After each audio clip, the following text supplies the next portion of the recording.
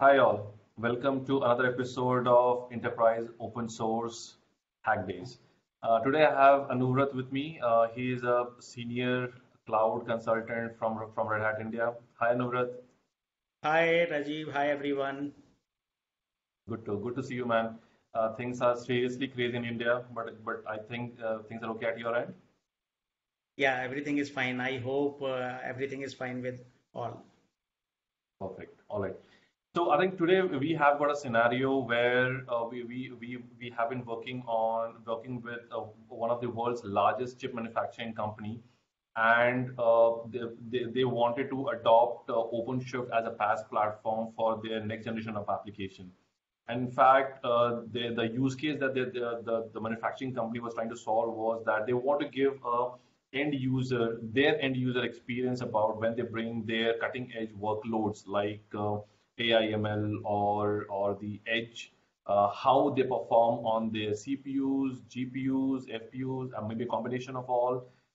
So that's what they wanted to create a cloud native application offering that solution to their end consumers, their partners, and how that runs on their chipsets. That's what they wanted to do. And what could happen better than OpenShift to do that? In fact, what I also understand is that from you that they were dealing with at least 350 machines to start with, and in another couple of months they want to expand to 500 machines, and it would grow faster, right? I think the key challenge I would like to say here is that they wanted an automated and a seamless way of scaling and onboarding the machines on OpenShift. So is that true? Is that the scenario that we have? Yeah, absolutely. So, like you rightly said, so customer was having a huge number of nodes they were planning to onboard, and then in future planning to scale out such a huge number of nodes. Yeah, and even it will grow faster, like you said, and it will go more than 500 nodes also in the near future. Super. So if you can briefly explain what were the key success criteria for the customer for that was thrown in front of you. Yeah, sure. So customer was having different category of servers, and because the initial size of cluster, like you said, it was 350 nodes, which is not a small environment. It comes under mid environment level, mid scale environment, and multiple different kind of servers. Like some of the servers they were booting in UEFI, some of the servers in BIOS, and their expectation was there should be a consistent solutioning or consistent platform which can onboard their both kind of category of servers, UEFI So and which means that legacy BIOS. so which means that all the machines were bare metal in that case, right? Of different sizes Yeah, and categories. yeah, correct. So all were bare metals. Yeah. All right. So So that yeah, was go ahead. the yeah. So the success criteria was the solutioning should be able to handle both kind of servers, and customer should be able to PXE boot in UEFI and legacy BIOS both kind of mode, and they should be able to onboard OpenShift node in cluster using PXE. So that was the success criteria. And so in that environment, did you face any constraints? Were there any constraints? Every enterprise has some constraints. So what are the constraints with this enterprise here? Yeah, so here the main constraint was 90% of servers were headless, like they were customer was not providing any remote console to manage those, and that's the reason like other solutions which were feasible in other customer cases, but not here, just because the remote console was not there, so ISO boot or semi-automated way of USB boot was not possible, and only possible thing was automated way of PXE booting the servers. So that was the Awesome. major concern. Super. So I think the Pixie setup was the only feasible solution for this scale of server onboarding. So do you Yeah. have some kind of an explanation which you can share the user with our viewers here? What solution was implemented? What was the flow? Key steps, if you can share it with us. Yeah, definitely. So let me just share my screen. Rajiv, is my screen visible to you? Yeah, I can see it. Go for it. Okay, thank you. So this diagram represents the simulation of customer environment. We can see that at bottom at left hand side we have three OCP master nodes, and at right hand side we have OCP worker nodes. This diagram is representing two different kind of worker, like we said, we have in the customer environment. One with the lock icon is the one which is enabled for UEFI boot, and second one is for the BIOS boot. And in the top of diagram at right hand side, we can see there is a PXE server with DHCP, TFTP, and STTP services enabled on that. So these services were configured in customer environment on one server, which was the PXE server. And there is at left hand side, there is a OCP4 Bastion node to deploy and manage the OpenShift cluster. So this is what these are the pieces which we have in customer environment. Before I jump on the terminal session, let me just have a high level workflow of how PXE boot happens. So this diagram represents that. The client will boot either in UEFI or BIOS mode, and then it will send the DHCP request to DHCP server. DHCP server is the one who is responsible for forwarding the request to TFTP and then sending back the response to client, so that client can download the kernel and init RAMFS to boot the operating system. So this is how the PXE boot happens. Now, let me quickly jump on the terminal screen. Let us see the live simulation of customer environment. So to simulate that customer environment, I have one KVM host, which is the hypervisor, my laptop. And I have two virtual machines. One is the Web Bastion for managing and deploying the OCP environment. And second is the Cloud MGMT machine, which is the one which has DHCP, TFTP, and STTP services running on that. So let us quickly check the status of services. We can see that all the services are up and running on this server. And what I have done is I have configured two virtual machines and using them for OCP worker node, worker 1 and 2. Worker 1, we can see that this particular worker has been configured to boot from the legacy BIOS. And let's go to the worker 2. This worker node I have configured to boot from UEFI. We can see here I have included the Open Virtual Machine Framework UEFI file for chipset Q35 to boot from UEFI to simulate the customer scenario. Okay. So now, just want to add on the UEFI part. There is a OVMF package which you can install. And that particular package provides this UEFI firmware file using which you can boot the virtual machine in UEFI secure boot. Just to add on the UEFI part, how I have configured to boot a VM on KVM machine using UEFI. So now let us boot the worker nodes and see how the simulation going on. So I am on the first worker, which is worker 1. This worker has been configured to boot from legacy BIOS. I have just started this worker node, and this worker has started booting from the PXE. So we can see that it is booting from the PXE NIC. Let us quickly go to the. So from the customer point of view, they would have done the same thing, right? They would just brought the machine in. They would just, obviously it has to be part of the network and MAC address has to be added. I'm sure you're going to explain that. But they just need to switch it on and then it will be picked up.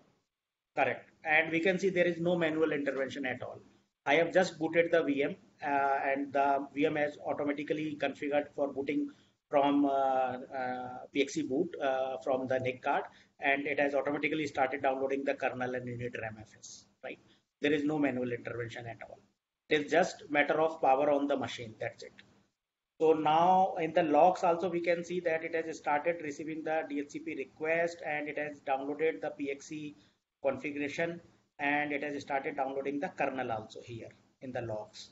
Same thing we can see and init RAMFS is also loaded and it has started booting. So we can see here this is somewhere the log is also telling that it has downloaded the init RAMFS also. And this is the IP address assigned to this system from DHCP, right? So the machine has started booting. Let's quickly start the second worker also. Meanwhile, this worker will be booting and copying the installer image on the hard drive. So let us go to the second worker. Second worker is the one which is enabled with the UEFI. So let us quickly boot this. So this worker should boot into UEFI mode. So this one is booting, doing the PXE boot from the IP over the IPv4. So again, the booting process is same, like it will boot from the PXE NIC, and then automatically the request will go to the DHCP server, and DHCP server will identify it based on the machine architecture, which is UEFI for this system, and it will forward the UEFI configuration to this machine. We will quickly see that how that configuration has been done in DHCP, but let us see whether this machine is booting in UEFI and whether it is able to download the UEFI bootloader or not. At the same time, the other machine is still copying the image to the hard drive. So here we can see that let's see the logs. Yeah, so the request has come. We can see that it got the IP address request and it downloaded all the UEFI files. So one important difference which we noticed here is for this particular machine, automatically client has downloaded the UEFI boot files. And for the previous machine, here in the logs we can see, because that was the legacy BIOS boot, so it downloaded the BIOS configuration files. Now, how this thing is being controlled by DHCP configuration, let us take a look on that. So first, let us see the DHCP configuration file, how it has been configured. Although these files and configurations you can find on the GitHub link, which will be shared in the YouTube description. So let me just quickly tell you the code we are controlling this. So here we can see we have defined the architecture type, which is 0007. This architecture type represents the UEFI 64-bit mode. For that, you can go to the IANA website and see get that particular information. From here, I fetch that information for x86 64 UEFI. This is 07. So coming back to the DHCP configuration, it is telling that if architecture type is UEFI, then boot from UEFI boot file. If architecture is and for rest of the architecture, which includes the legacy BIOS, it will boot from the legacy BIOS configuration. This is how the DHCP is covering the PXE configuration. The now, quick thing on that, Anuvrat, in the previous file, I think the rest of the configuration remains the usual. There is yes. the way you typically would configure your DHCP for the PXE boot. Absolutely, you rightly said that. So here it's a similar way like we configure our legacy DHCP service.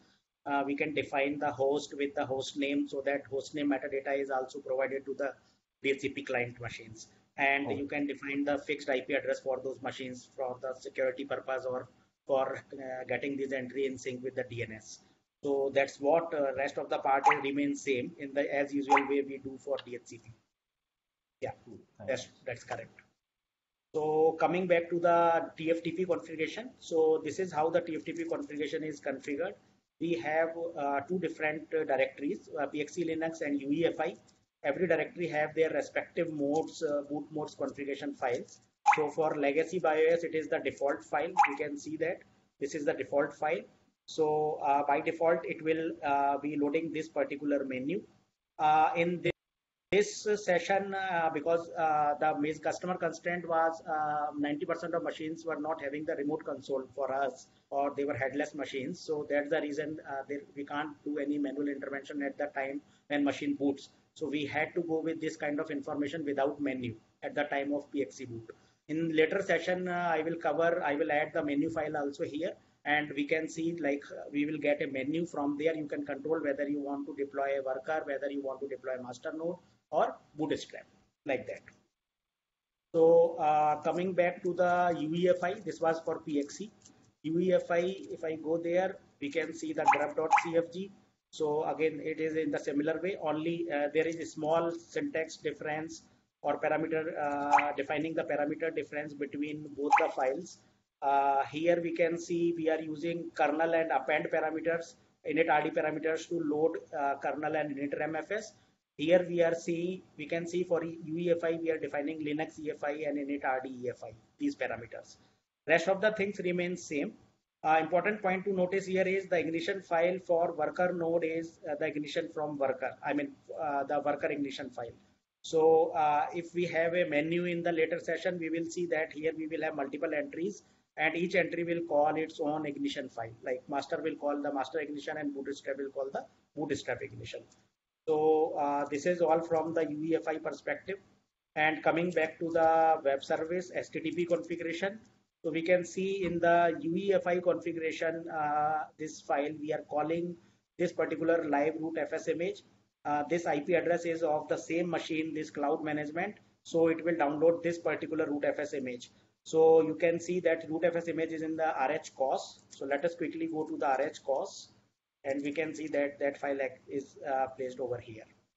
So this is how the web server HTTP has been configured so that it can download the rootfs file from the HTTP. So now let's see how the booting going on. We can see that worker1 has booted successfully, and we can quickly go to the Bastion node and then do OC get nodes. So let's see like what nodes have been added. We can see it's only master. So what it will do, it will be doing the it will be just MCP, using MCP, it will be doing some machine configuration. It will take a reboot of this machine, and then it will join the cluster and send a CSR to master, and then we can approve that CSR and node should be added into the cluster. So let's wait for some time. At background, it is applying the machine configuration. And similarly, the second machine, we can see it has copied the CoreOS image on the second worker, which was UEFI enabled. And we saw that message that UEFI secure boot is enabled, because secure boot feature is provided by UEFI. It's not in the legacy BIOS, right? And we can see that machine has also successfully booting automatically. I have not done anything. I was explaining the configuration files, no manual intervention. Everything is in PXE automated way. So that's how this simulation is like explaining the customer environment, and this is how we may make the things working. So let me. I think probably the next steps would be to get the CSR approved, and all the usual process has to be followed from the same console of Bastion the customer would have access to. Yes, Rajiv, correct. Yeah. Okay. So that will remain same. I mean, from the PXE boot perspective, and we can see, in fact, this worker has been rebooted, worker1, automatically by after applying the MCP configuration, which is the as usual normal process of OpenShift, right? So it has been rebooted, and now it will send the CSR request, and then we can approve it. Meanwhile, the worker2 has also come up, and on this worker also the machine configuration is being applied at backend. And after applying machine configuration, OpenShift will reboot this worker node, and it will again added into the cluster. So let's just wait for some time. Let's see whether this node sends the CSR or not, and then we can approve it and see whether node had been added successfully in the cluster or not. So it is booting, and let me just quickly check the logs. Yes, it has requested its IP address also. And the second machine also requested its IP address. Yeah, so worker1 is booted, worker1 and worker2 both. And let's see the CSR.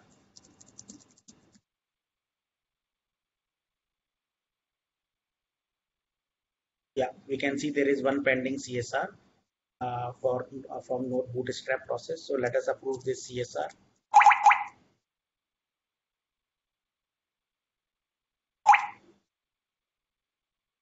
This is the CSR for this node.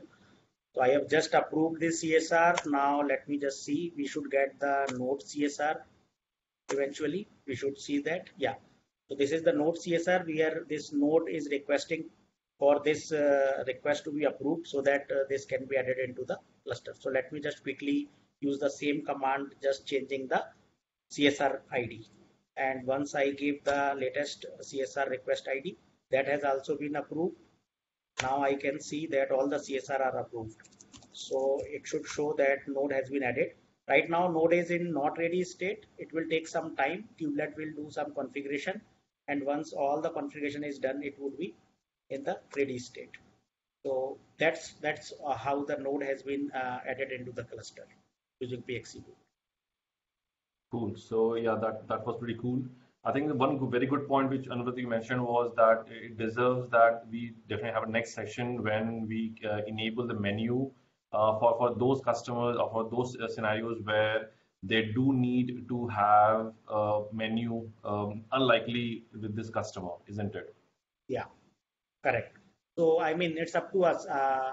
With this configuration also, we have seen that both kind of workers, I mean, both kind of node, UEFI and legacy BIOS, we are able to boot.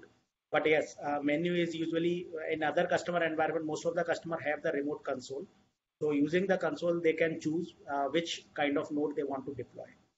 You are right. Yeah, Awesome. So yeah, thanks a lot, Navrat, for that. I think so. Request to all the audience, please check the configuration file for more details. So thanks a lot, Navrat. See you probably in the next session. sure. Thank you. Thank you so much.